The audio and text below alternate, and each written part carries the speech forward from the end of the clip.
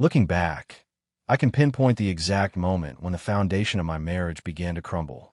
It wasn't when Pam began going out more often, or when she started obsessing over her appearance again. It wasn't even when she started mentioning Theresa's upcoming wedding like it was her own salvation. No, it was 3 years ago when I was diagnosed with lymphoma and spent 6 months fighting for my life. We survived it together, but something changed. I recovered physically, but our marriage never did. I became more grateful for simple things. Morning coffee, sunset walks with our golden retriever Cooper, the smell of ink and paper in my shop. Pam, on the other hand, seemed to wake up to all she'd missed out on while being married to me for nearly 2 decades. Could I have prevented what happened? Maybe if I'd paid more attention when she started talking about finding herself again. Maybe if I'd gone with her to those social events instead of staying late at the print shop to finish orders. Maybe if I'd realized sooner that comfort and stability weren't enough anymore. But I didn't. And now here we are. My name is Russell Mercer. I'm 45 years old, and I own Mercer Family Printing, a small letterpress shop that's been in my family for 3 generations. We specialize in high-quality wedding invitations, custom stationery, and commemorative cards. It's not glamorous work, but there's something deeply satisfying about creating something tangible in this digital world. The feel of premium cotton paper, the subtle impression of metal type. These things matter to people on their most important days. Pam used to understand that. When we met 23 years ago, she was studying graphic design and would spend hours in my shop watching me work the old Heidelberg press. She'd bring sketches for custom wedding suites, and we'd stay up late experimenting with ink colors and paper stocks. Back then, she said the smell of the shop was intoxicating. Somewhere along the way, it just became the smell I brought home on my clothes that she wrinkled her nose at. We built a good life together in Portland, a craftsman house in Selwood with a view of the Willamette River. No kids. That hadn't worked out for us despite trying early in our marriage. But we had Cooper, our 12-year-old golden retriever who still greets me at the door every evening like I'm the greatest thing since sliced bread. For 18 years, I thought we're solid. Not perfect, what marriage is, but solid. Until Theresa announced her second wedding and asked Pam to be her maid of honor. That's when everything changed. That's when my wife became a stranger. The first red flag appeared 3 months before the wedding. Pam started spending more time at the gym, overhauled her wardrobe, and downloaded every social media app known to mankind. Suddenly, my wife of 18 years was dressing like she was auditioning for Real Housewives of Portland and taking selfies at juice bars. I didn't think much of it then. Mid-40s is prime territory for an identity crisis. Hell, after cancer, I bought a vintage motorcycle I barely ride. We all cope somehow. Theresa's wedding planning took over our lives. Weekly brunches turned into weekend getaways for venue scouting. Shopping trips for a maid of honor dress somehow required overnight stays. Our conversations at home became shorter, centered around logistics rather than connection. "You're working late again?" Pam asked one evening, keys already in hand, dressed in a black cocktail dress I'd never seen before. "Got the Richardson anniversary prints to finish," I said, noticing how she checked her reflection in the hallway mirror. "Big order. You look nice. Where are you headed?" "Just dinner with Theresa. Wedding stuff." She adjusted her earrings. New ones, diamond studs I didn't recognize. "Don't wait up." Cooper whined at her feet, sensing something was off. "Down, boy," she said without petting him, unusual for her. "There's leftover lasagna in the fridge, Russ." The door closed before I could respond. Something felt off, but I chalked it up to wedding stress. I spent the evening in my garage workshop sketching designs for a new letterpress project, while Cooper snoozed nearby. When my phone buzzed around 11 p.m., I assumed it was Pam saying she'd be late. Instead, it was a text from Mike, my shop assistant. "Hey boss, weird question. Is Pam at Theresa's wedding thing tonight?" I frowned. "Yeah, why?" "Because Angie and I are at the Oak Room for her birthday, and I swear I just saw Pam at the bar with some guy. Could be wrong, though." My stomach dropped. The Oak Room was a trendy hotel bar downtown, nowhere near Theresa's neighborhood. I texted back. "Probably someone who looks like her. Pam's at a wedding dinner." "Probably. Sorry to bother you." I tried calling Pam. Straight to voicemail. I texted, "How's dinner? Call when you can." I paced the living room, Cooper watching me with concerned eyes. When midnight came and went with no response, I checked her shared location app. It showed her phone at Theresa's condo. Relief washed over me, until I remembered Pam had left her iPad at home. On a hunch, I opened it. No password required. We'd never had secrets before. Her messages synced automatically. There was a thread with Theresa from 3 hours ago. Pam, cover for me tonight if Russell calls. Meeting Z at the Oak Room. Theresa, again? Girl, you're playing with fire. Pam, it's harmless fun. I partied with strangers at your last hen night and survived. Besides, Russell's clueless. Always at that damn print shop. The screen blurred as my hand started to shake. Cooper pressed his muzzle against my leg, sensing my distress. Who the hell was Z? And what happened at Theresa's hen night that I didn't know about? I didn't confront Pam immediately. Strategic patience has always been my strength, in business and apparently, in discovering betrayal. Instead, I called my shop manager and told him I'd be taking a personal day. Then I made coffee, fed Cooper, and started digging. The iPad revealed a treasure trove of secrets. Pam had been texting this Zach Holloway, a 38-year-old photographer who'd been shooting Theresa's engagement photos for nearly 3 months. Their exchanges started professional, then friendly, then flirtatious, and finally explicit. The most recent messages made my stomach turn. Z, can't stop thinking about Nashville. Hotel hallway. Your laugh. Pam, chill. That was our secret. T's hen night got wild. Z, when can I see you again? Pam, Thursday. Meeting with wedding vendors. Russell never questions wedding stuff. There was the perfect alibi. Our marriage had become her cover story. I downloaded everything, took screenshots, and emailed them to myself. Then I erased all digital footprints of my discovery and waited. Cooper sensed my mood, staying unusually close as I moved through the house in a strange calm. At 2:18 a.m., headlights swept across our bedroom wall. I remained perfectly still, listening to her fumble with keys, kick off shoes, and pad softly upstairs. She slipped in the bathroom to shower, washing away evidence, no doubt. When she finally slid into bed, I continued the charade of sleep. Her hair was damp, smelling of hotel shampoo, rather than our usual brand. She turned away without touching me. Morning came. I rose early, as usual, made coffee, and waited at the kitchen table. When Pam stumbled down around 9, her face registered surprise. "You not at the shop?" she asked, reaching for a mug. Took the day off. I kept my voice neutral. How was dinner with Theresa last night? Great. Lots of wedding details. She added almond milk to her coffee. We need to get you fitted for a suit soon. That right. I slid my phone across the table. Because the Oak Room doesn't strike me as a wedding venue. Her mug froze halfway to her lips. What? Mike saw you there. With a man who wasn't me.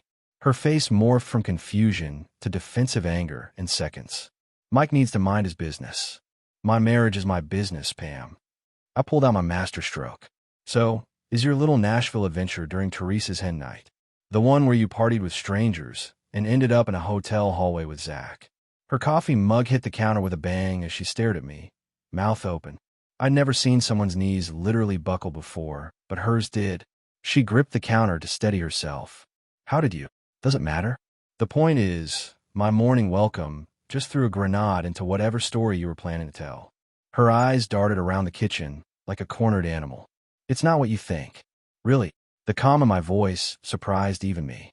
Because I'm thinking my wife of 18 years has been sleeping with a photographer and lying to my face for months.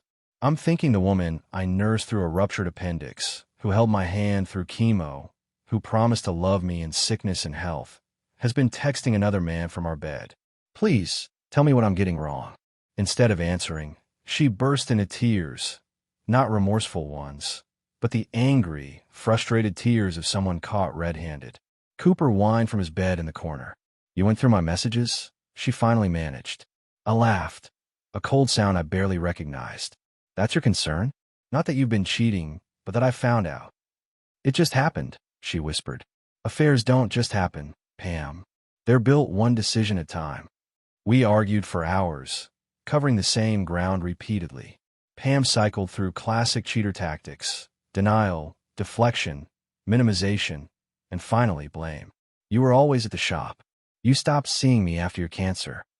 It was just physical, Nothing emotional. You made me feel invisible. I let her rage herself out, standing firm like an oak weathering a storm.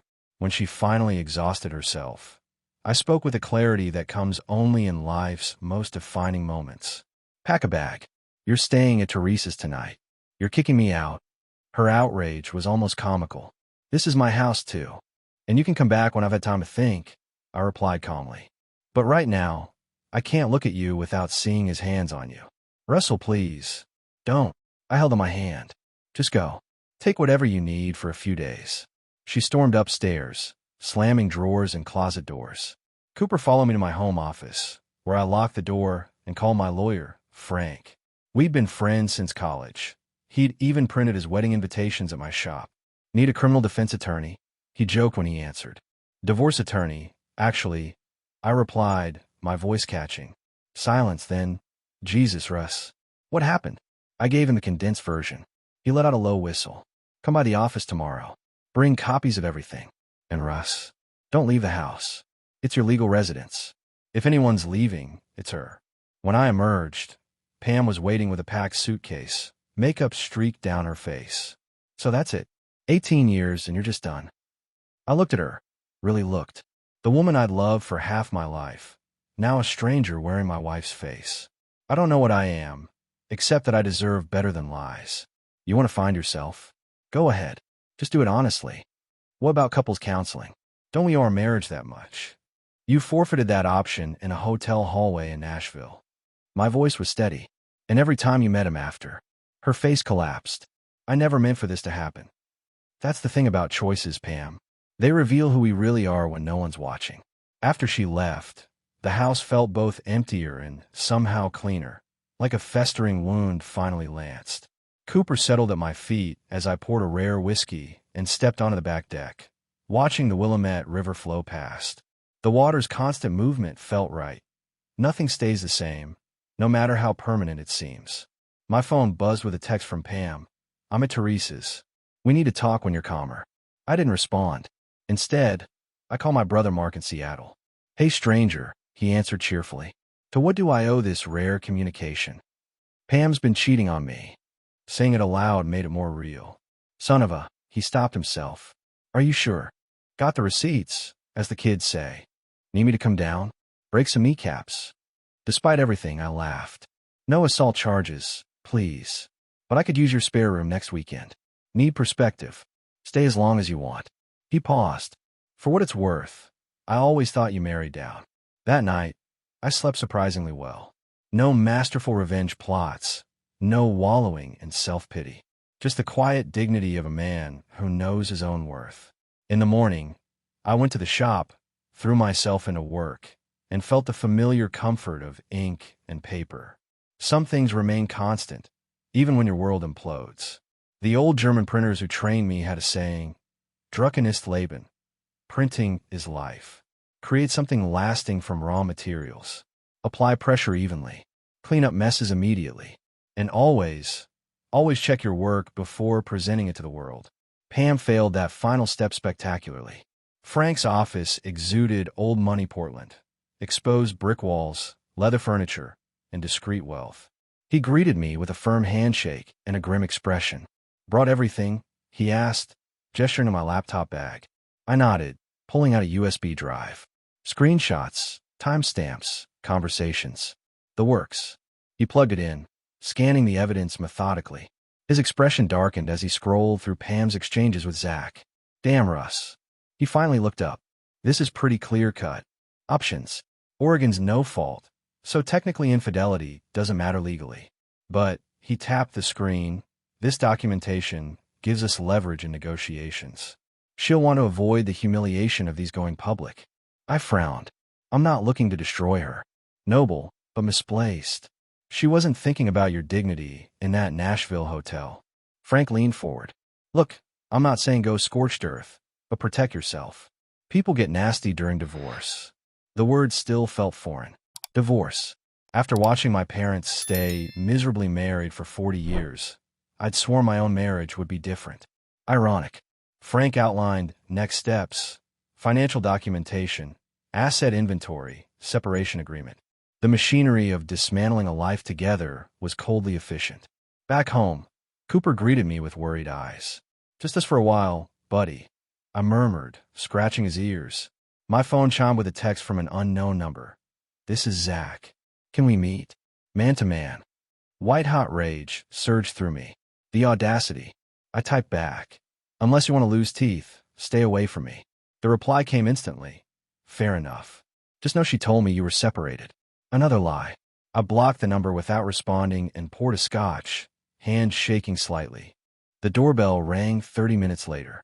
Through the peephole, I saw Theresa, Pam's partner in crime. I considered ignoring her, but finally yanked the door open. "He's not answering her calls," she said without preamble. "Who?" "Zach." "Pam's freaking out." I laughed incredulously.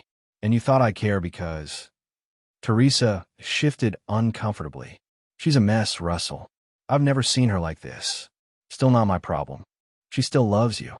"That's not love." My voice remained steady. "Love doesn't scheme behind your back. Love doesn't lie for months straight. Love doesn't text another man from our marriage bed." Theresa winced. She made a mistake.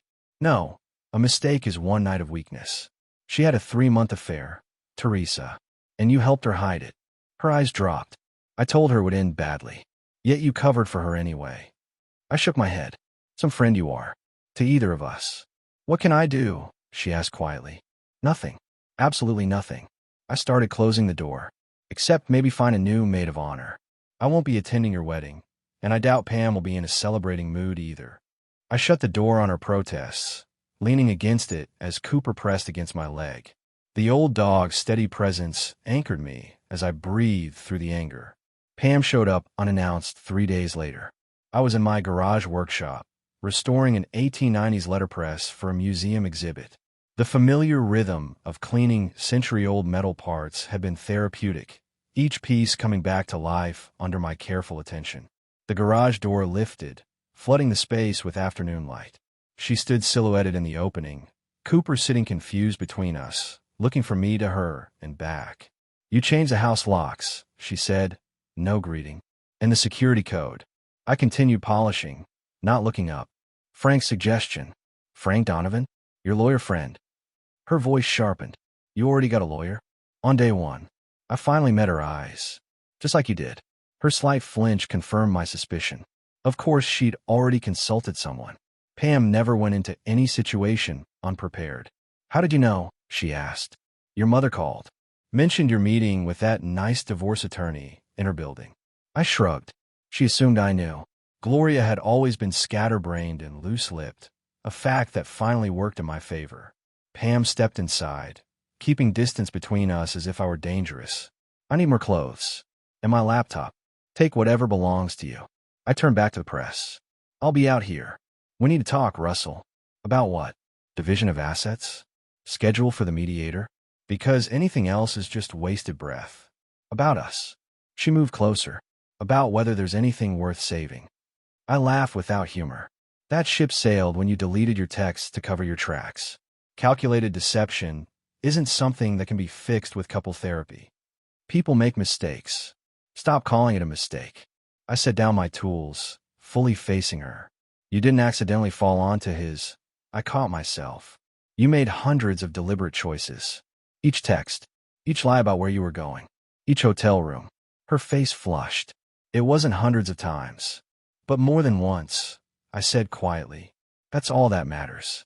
Cooper whined, sensing the tension. Pam knelt to pet him, perhaps seeking some ally in this cold new reality. "He misses you," I admitted. "Just him." Her voice was small. "I miss who I thought you were." The truth hurt us both.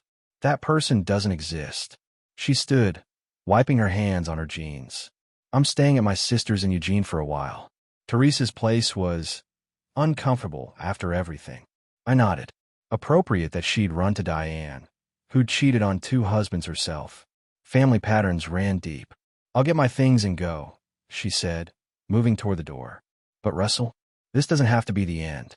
People rebuild after worse. Maybe some people can. I'm not one of them." She paused at the doorway. "The photographer friend who shot our wedding called about reprinting some of our old photos for his portfolio. I gave him your work number." The apparent non sequitur caught me off guard until I realized. She was hoping I'd ask which photographer, giving her an opening to mention mutual friends, shared memories, anything to weaken my resolve. "I'll handle it," I said simply. After she left, I sat in the quiet garage, Cooper's head heavy on my foot. The old letterpress sat partially disassembled before me. Like my marriage, broken down to individual pieces that once worked in perfect harmony.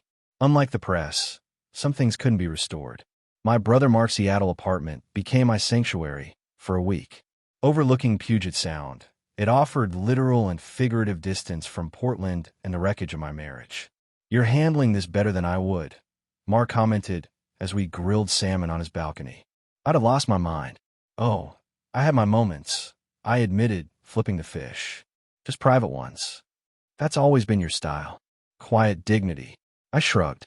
Falling apart wouldn't change anything. We ate watching the sunset paint the water crimson and gold. Later, nursing beers, Mark asked the question everyone wondered but few dare voice. "Think you might reconcile?" "No." The certainty in my voice surprised even me. Some things can't be fixed once broken. Like trust. Like respect. I set my bottle down. I could eventually trust again with work. But I'll never respect someone capable of such calculated deception. Mark nodded, understanding. He'd been through his own divorce 5 years earlier.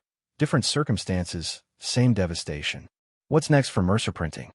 The question lifted my spirits. The shop had remained my anchor through everything. Expanding, actually. Taking over the vacant space next door. Adding custom bookbinding services. In the digital age? Bold move. People crave tangible things more than ever. I smiled slightly. Something real they can hold on to. My phone vibrated. Frank the lawyer. Pam had counter-offered on our separation agreement. "Problems?" Mark asked, noticing my expression. "She wants the house." I shook my head in disbelief. "After everything." "Ballsy. Desperate." I corrected. "She knows it won't fly. It's a negotiation tactic." "What will you counter with?" I thought for a moment. "Nothing. I'm standing firm on the original offer." It was more than fair. Mark raised his beer in salute. "That's my brother. Steel spine under all that quiet." That night, I called Frank and authorized him to reject any counteroffers that deviated from our original terms. Then I blocked Pam's number, temporarily, just for the weekend. I needed mental peace. The next morning, Mark and I hiked Mount Rainier. The physical exertion and majestic landscape put my problems in perspective. At the summit, breathing hard in the thin air, I felt something break loose inside me. Not despair, but possibility. "I might move back to Seattle," I said suddenly. Mark looked surprised. "Seriously? What about the shop? I could open a branch here. Or sell the Portland location." "Because of Pam?" I shook my head. "Because sometimes you need to burn the fields to plant something new." Looking out over the vastness below, I felt lighter than I had in months. Not healed. That would take time. But unburdened by the need to save something beyond salvation.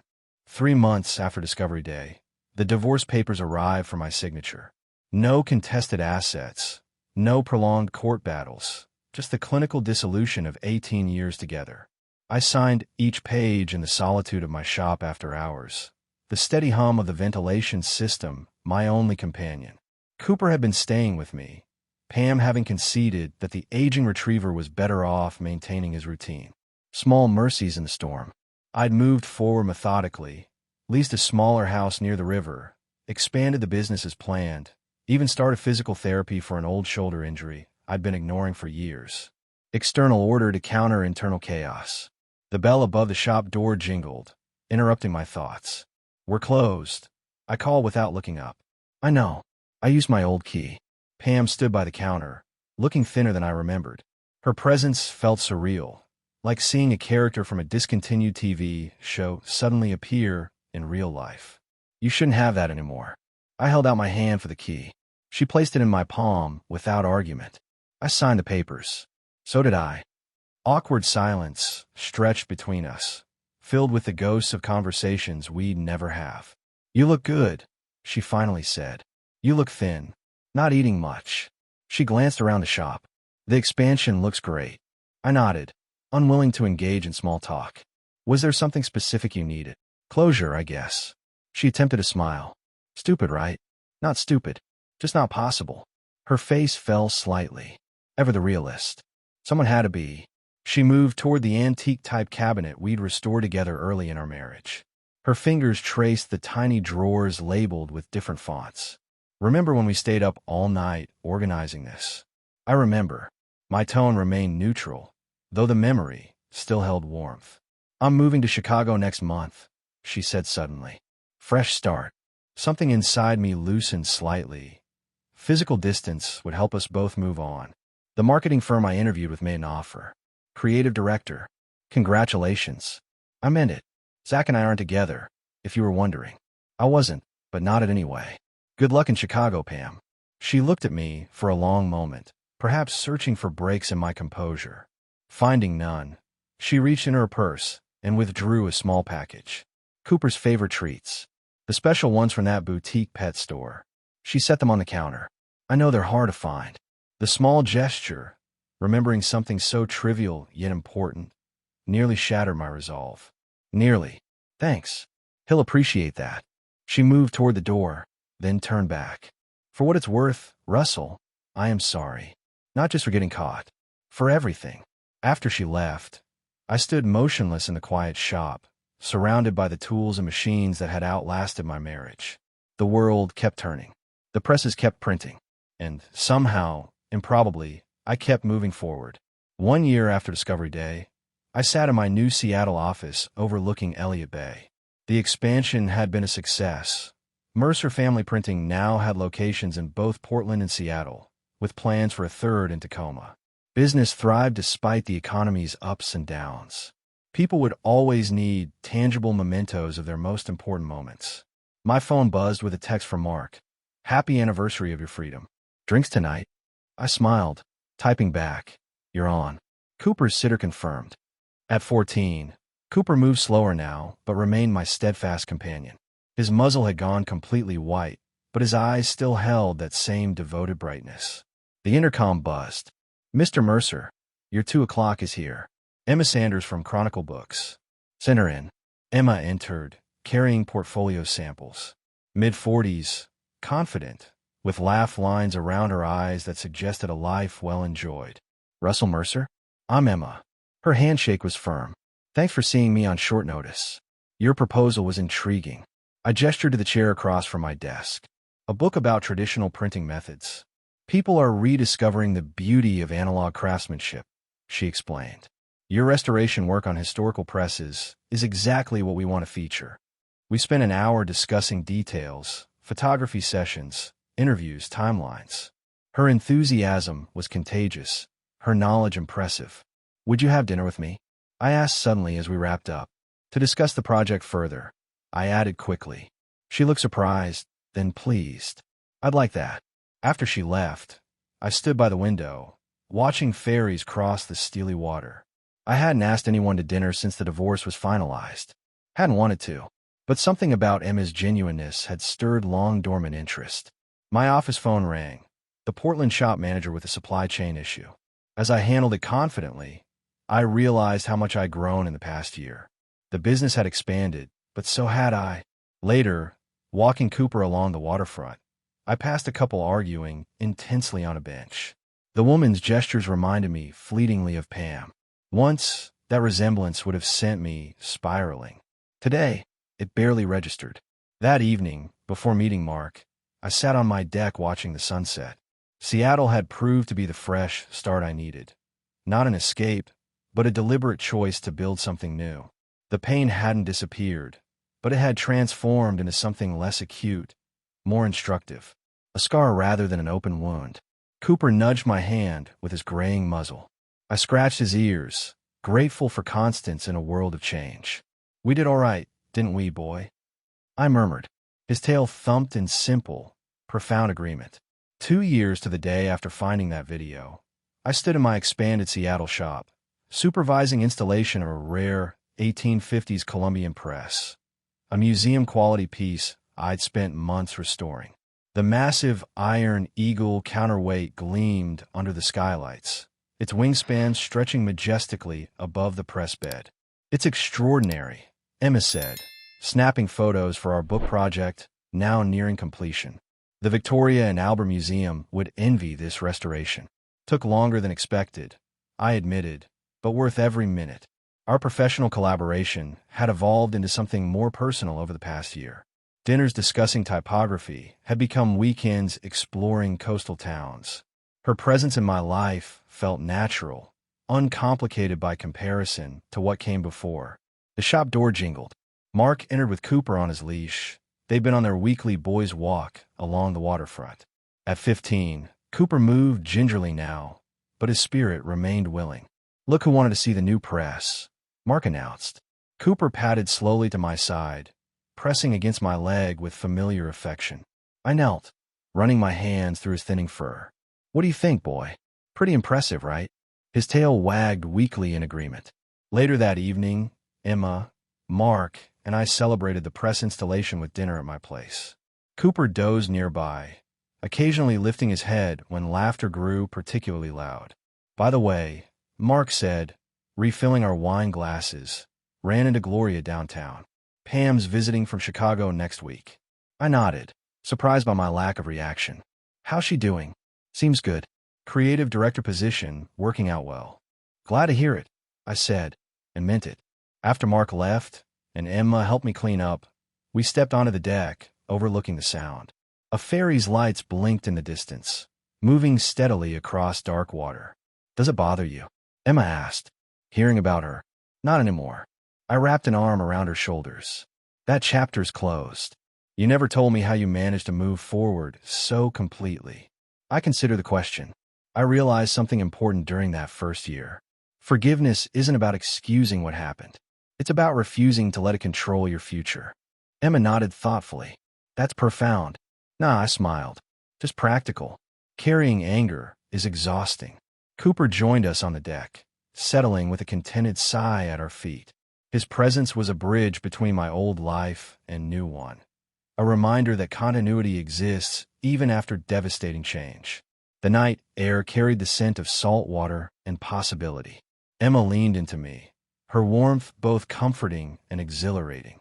At 47, I discovered that second chapters can be more authentic than first ones, if you're brave enough to turn the page. The betrayal that once defined my days had diminished to an occasional footnote in a much larger story.